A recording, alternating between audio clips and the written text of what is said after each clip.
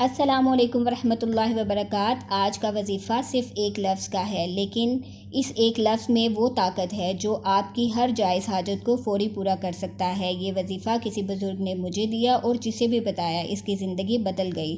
صرف ایک لفظ اور فوری حاجت کی قبولیت۔ اس لفظ کا اصلی راز یقین اور صبر میں چھپا ہے۔ یہ لفظ ہے یا فتاح، جس کا مطلب ہے وہ جو ہر بند دروازہ کھول دیتا ہے۔ اگر آپ کسی تنگی، پریشانی یا بندش کا شکار ہیں تو یہ لفظ آپ کی زندگی میں روحانی روشنی کا دروازہ کھول سکتا ہے۔ ایک بہن نے ہم سے رابطہ کیا اور اپنی جاب کے بارے میں بتایا کہ مجھے کہیں جاب نہیں مل رہی۔ ہم نے اس بہن کو یہ لفظ بتایا۔ اس کے کچھ ہی دن بعد یہ وظیفہ پڑھنے سے اچھی جگہ پر جاب لگ گئی۔ بس یہ ایک لفظ پڑھنے سے اس لڑکی کی مشکل حل ہو گئی اور اس ایک لفظ کی برکت جان کر وہ لڑکی رونے لگی۔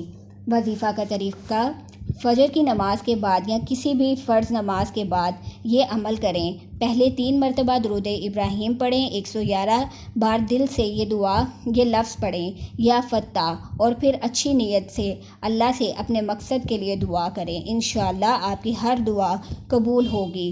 آمین ثم آمین یا رب العالمین۔